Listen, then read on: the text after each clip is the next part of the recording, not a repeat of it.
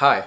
As you have seen in all my videos, I never attack Muhammad. I simply read Islamic sources and then ask Muslims questions. So with that brief reminder, let's begin. If you're a Muslim, would you believe me if I told you that if Muhammad desired to take a married woman for himself, in Islam, the husband of that woman is morally obligated to divorce her so that Muhammad could marry her?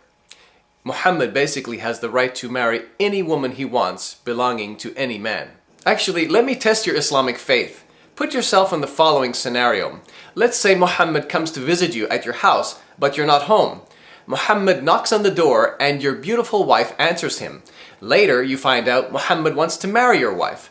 Would you agree with this decision of Muhammad?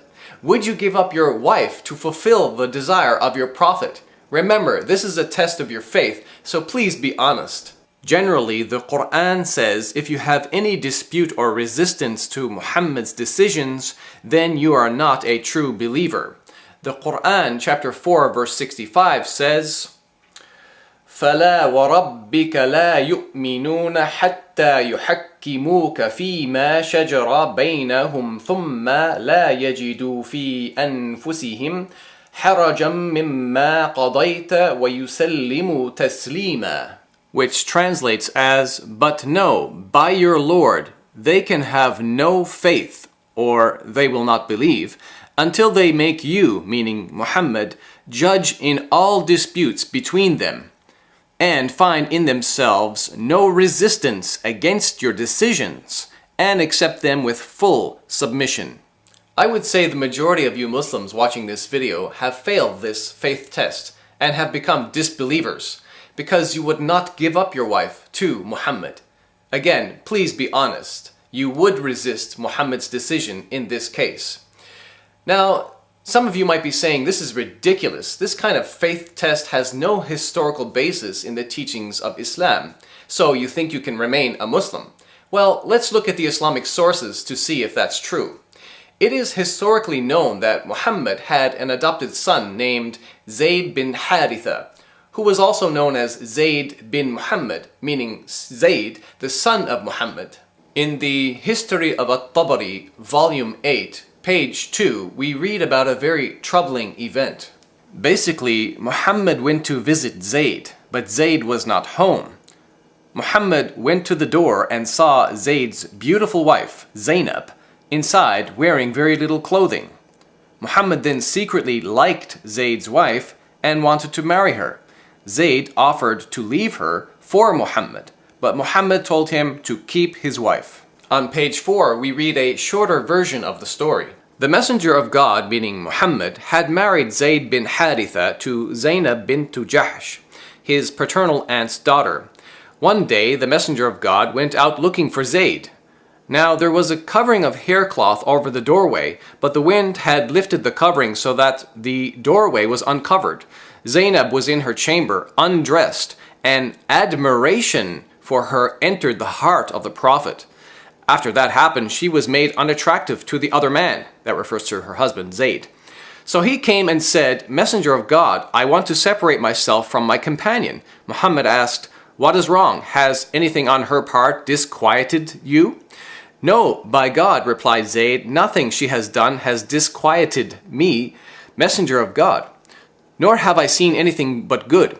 The Messenger of God said to him, "Keep your wife to yourself and fear God." That is the meaning of the word of God. And when you said unto him, on whom God has conferred favor, and you have conferred favor, keep your wife to yourself and fear God, and you did hide in your mind that which God was to bring to light. You did hide in your mind the thought that if he separates himself from her, I will marry her. Now, like any father wanting to marry his adopted son's wife, Muhammad naturally would have been worried about the gossip of the people. So he claimed to receive a revelation, Qur'an chapter 33, verse 37, to justify the marriage. It says, first quoting the Arabic, وَإِذْ تَقُولُ لِلَّذِي أَنْعَمَ اللَّهُ عَلَيْهِ وَأَنْعَمْتَ عَلَيْهِ أَمْسِكْ عَلَيْكَ زَوْجَكَ وَاتَّقِ اللَّهَ وَتُخْفِي فِي نَفْسِكَ مَا اللَّهُ مُبْدِيهِ وَتَخْشَى النَّاسَ وَاللَّهُ أَحَقُّ أَنْ تَخْشَاهُ فَلَمَّا قَضَى زَيْدٌ مِّنْهَا وَطَرًا زَوَّجْنَاكَهَا لِكَيْ لَا يَكُونُ عَلَى الْمُؤْمِنِينَ حَرَجٌ فِي أَزْوَاجِ أَدْعِيَائِهِمْ إِذَا قَضَوْا مِنْهُنَّ وَطَرًا وَكَانَ أَمْرُ اللَّهِ مَفْعُولًا, which translates as, "And, O Muhammad, when you said to him on whom Allah has bestowed grace and you have done favor,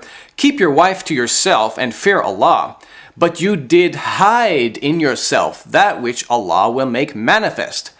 You did fear the people, whereas Allah had a better right that you should fear Him. So when Zayd had accomplished his desire from her, we gave her to you in marriage, so that there may be no difficulty to the believers in respect of the wives of their adopted sons, when the latter have no desire to keep them, and Allah's command must be fulfilled." But wait, Muhammad's convenient revelation didn't stop the people from criticizing him for marrying Zaynab. So he claimed to receive yet another revelation, this time Qur'an chapter 33 verses 4 to 5, which basically says adopted sons are not real sons. And if adopted sons aren't real sons, then Zaynab wasn't really his daughter-in-law. So Muhammad ends up free from criticism. Let's read the verse. وَمَا جَعَلَ أَدْعِيَاءَكُمْ أَبْنَاءَكُمْ ذَلِكُمْ قَوْلُكُمْ بِأَفْوَاهِكُمْ وَاللَّهُ يَقُولُ الْحَقَّ وَهُوَ يَهْدِي السَّبِيلَ, which translates as, "Nor has he made your adopted sons your real sons. That is but your saying with your mouths. But Allah says the truth, and He guides to the right way." Verse 5 says, "أُدْعُوهُمْ لِآبَائِهِمْ هُوَ أَقْسَطُ عِنْدَ اللَّهِ," which translates as, "Call them," meaning adopted sons, "by the names of their fathers. That is more just with Allah." And according to the Quranic commentary, Tafsir Ibn Kathir, these verses actually abolished adoption in Islam. Now, some of you Muslims might be questioning the validity of this story by claiming that it's absurd that Muhammad would one day become aware of Zaynab's beauty after knowing her all her life. And if Zaynab's beauty is the reason for Muhammad marrying her, then he would have married her himself in the first place, rather than arranging her marriage to Zayd. Well, my answer is yes, Muhammad would have seen Zaynab before, but he would not have seen how her body was sexually attractive until he saw her alone in her house, in very little clothing, in the absence of Zayd. This would have been the first time Muhammad saw her in that way. Now, here are my questions for Muslims. Question number 1. Why did Muhammad speak loud enough for Zaynab to hear him? Did he want her to know he was sexually attracted to her? Muhammad's audible words destroyed Zayd's marriage. Maybe Zayd could have kept his wife if Muhammad had remained silent. Question number 2. Think about this for a minute.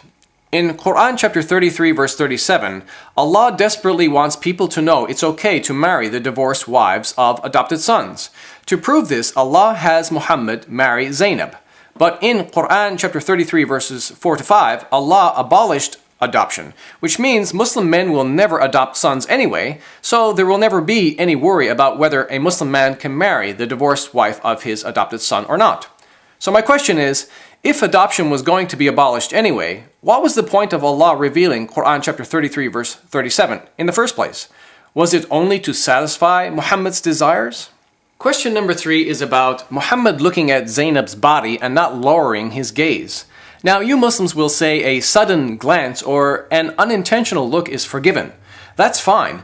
But my question is, what about a forbidden look which leads to the destruction of someone else's marriage? Is that innocent?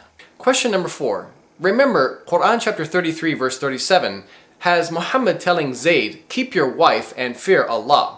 But it also says Muhammad hid inside himself some secret thoughts or some intention, which Allah was going to make known, and Muhammad feared the people's reaction. Another official Quranic commentary, Tafsirul Jalalain, comments on this verse saying, quote, "But you, Muhammad, had hidden in your heart what God was to disclose, what He was to manifest of your love for her, and of the fact that, should Zayd part with her, you would marry her. And you feared people would say, 'He has married his son's wife.'" So my fourth question is, don't you see any problem in Muhammad wanting to marry another man's wife? It seems Muhammad himself saw the problems in this scenario because he was afraid of public opinion. Also, if Muhammad saw problems in this scenario but Allah didn't, does this mean Muhammad had a higher moral standard than Allah himself? Thank you for watching.